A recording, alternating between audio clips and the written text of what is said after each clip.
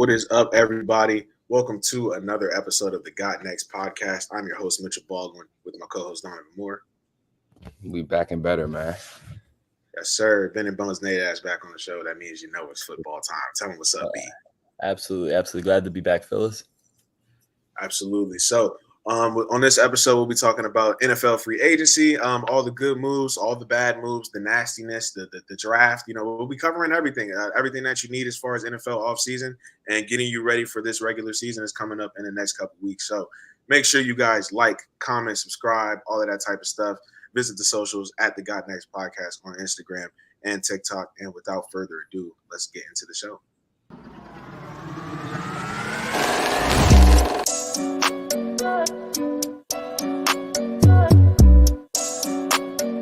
Three-pointers. Outside jumper for three. The bucket.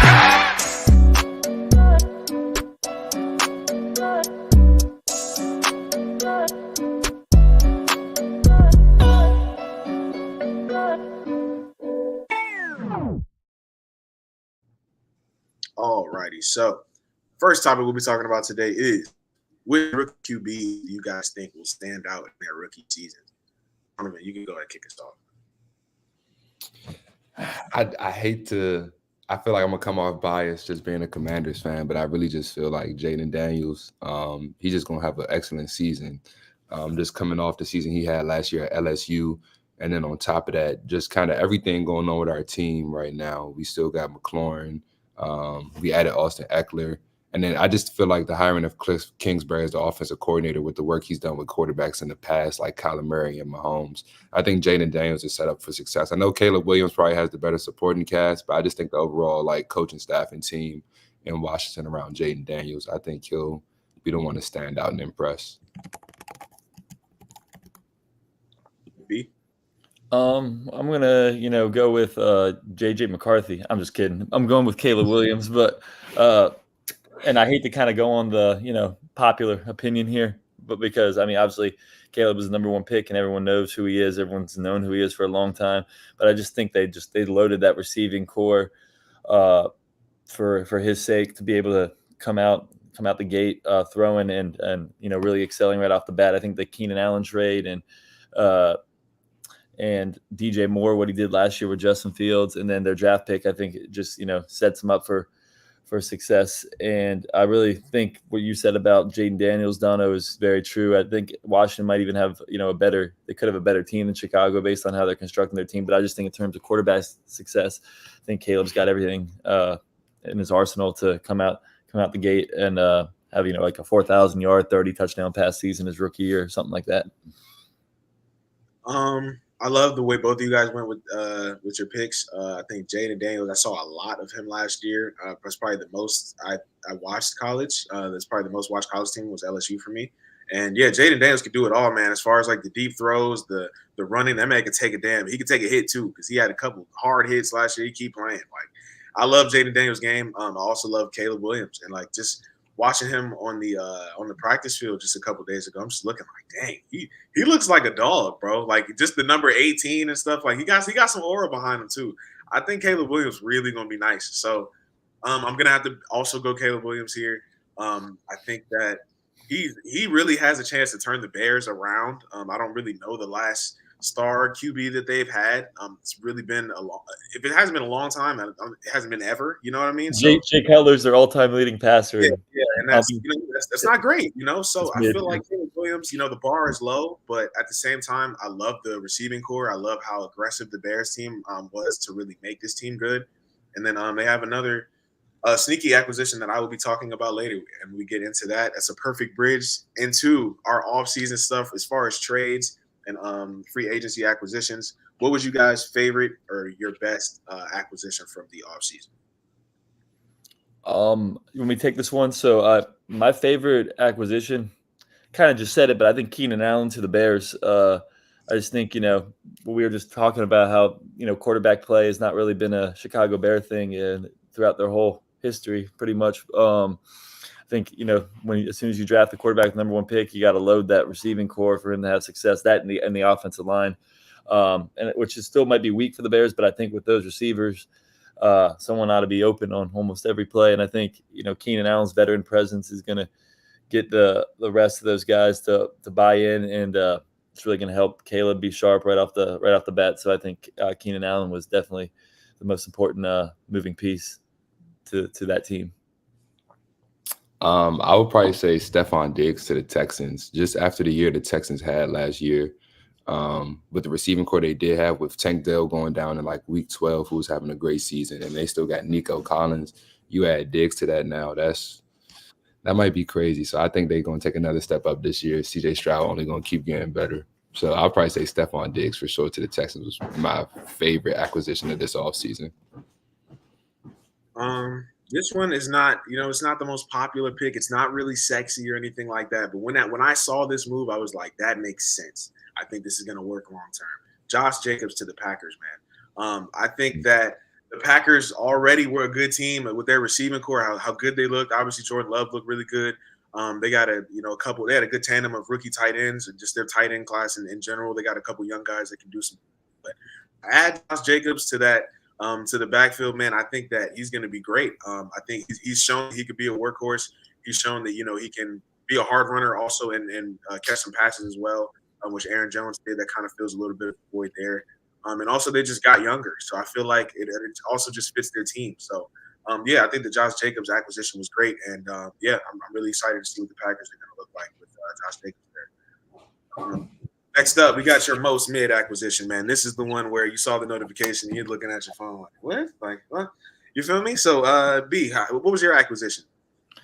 And that was a tough one for me because I believed in a lot of the trades that were made this offseason. But ultimately, the pick I chose for this was Jerry Jeudy to the Browns. And it's only because I think Jerry Jeudy was a little disappointing in Denver. He never was really a clear number one, which he was drafted to be. He definitely wasn't number one. If anyone heard what Steve Smith said about him before a game last year, he pretty much embarrassed him and just said he wasn't living up to be the player he was. But I do think playing behind Amari Cooper, who I think is one of the most underrated receivers I've ever seen. I think playing behind him, he might having a legit number one ahead of him is going to help him ease into that number two role. And the Browns are pretty loaded offensively, so they just kind of added to that with Jerry Jeudy.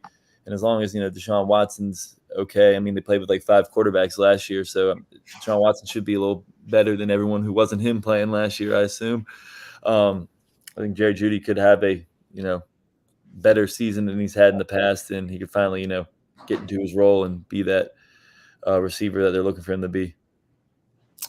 I would say the most mid acquisition for me is probably Zeke going back to the Cowboys. Because just after the year we had with the Patriots, he just didn't really make any noise at all. And Dallas let Tony Pollard go and then brought Zeke back. And it's essentially like they're making Zeke their top dog, their top guy again. And it's like if you let him go a couple years ago, because you could tell he wasn't that same guy, then you bring him back to be the guy he can't be anymore. So I don't really understand that one. Some things maybe aren't meant for me to understand, but that would probably be my most mid acquisition, Zeke back to the Cowboys. It's because of moves like that I'm no longer a Cowboys fan.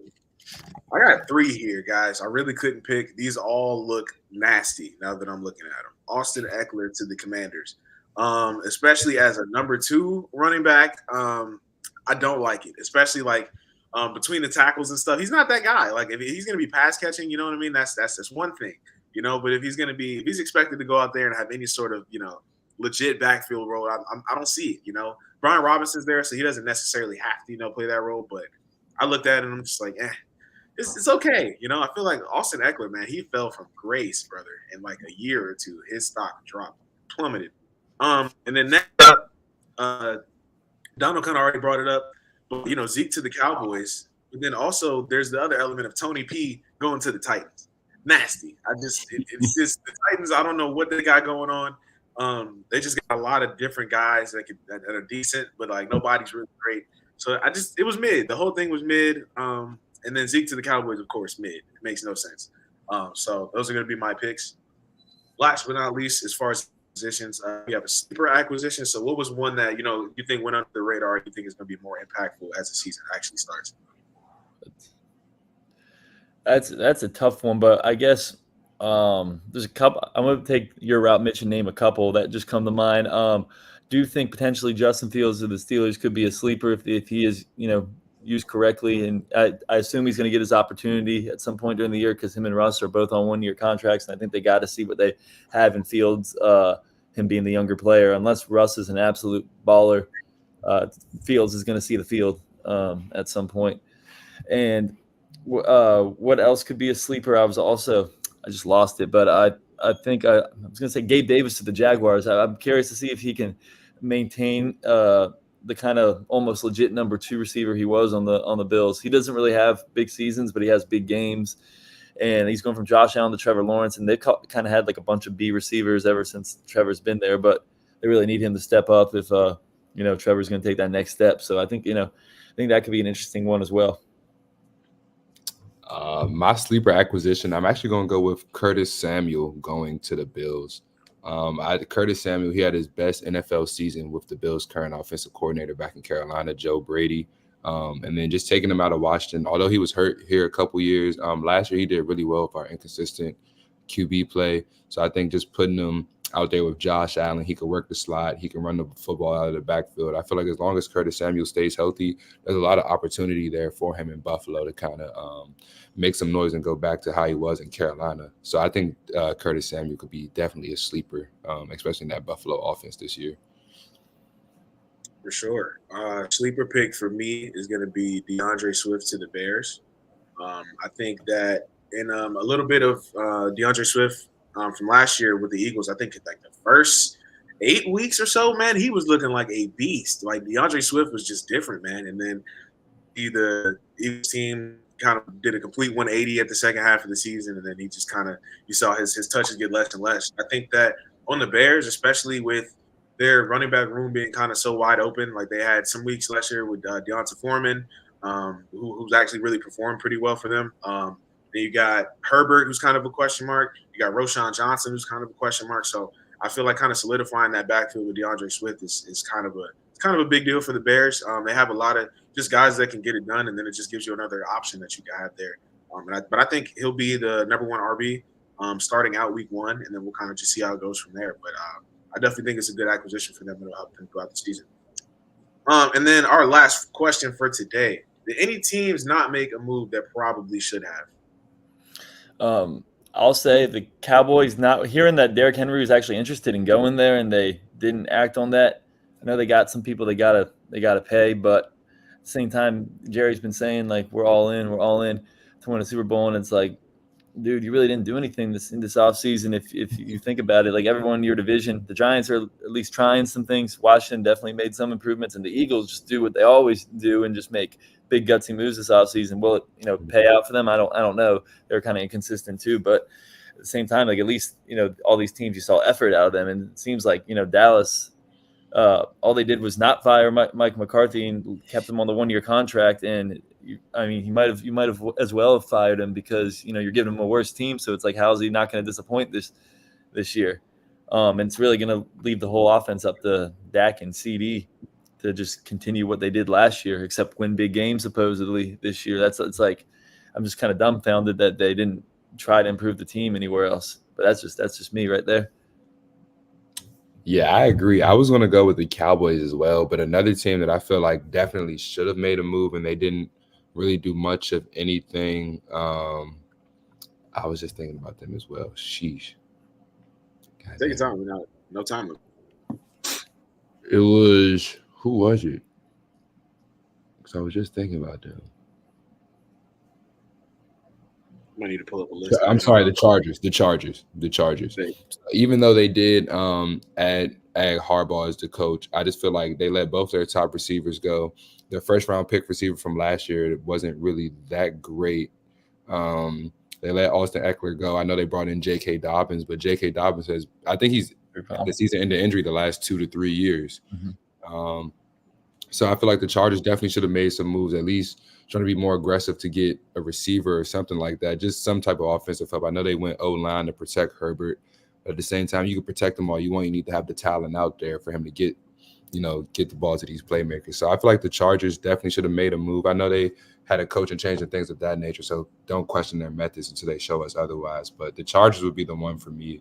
And maybe the Jaguars as well. I know they had a couple signings, but the Chargers and Jaguars to me didn't really make much noise. I love the Cowboys pick, and as much as I'd like to beat up on the Cowboys right now, I think I'm going to go with the Patriots instead.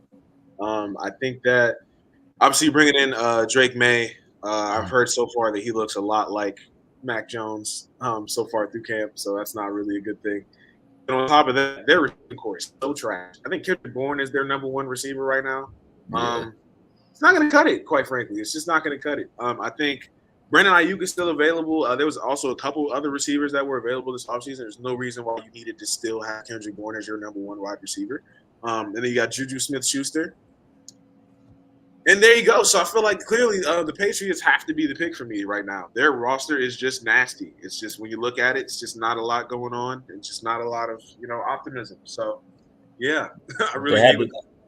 They had to be the worst team in the league. I just had to say they had to be the worst team in the league this year. That division has like 3 legitimate playoff contenders in it, and they've gotten worse like every year over the last few years. I think they had to know they're going to have a bad year this year and just plan on getting another monster draft pick and maybe go ham in free agency next summer. But yeah, to your point, I mean, they're just not set up to succeed this year whatsoever. Not at all. It's like they're not even trying to plant seeds of being better in the future. They're just like, we know it's bad. Let's keep it bad. It's bad. We know this. That's good. Well, yeah, that's what we got for you guys today. I hope you guys liked the episode. Make sure you guys like, comment, subscribe, all that type of stuff. You guys got any more comments? No, sir. I'm excited. Football season's back, man. Yeah, I'm excited. The podcast is back too. Definitely, we'll have some great topics to explore. Yeah, absolutely. It's going to be a great season. So make sure y'all follow along with us, and we'll catch you guys next week. Yes, sir.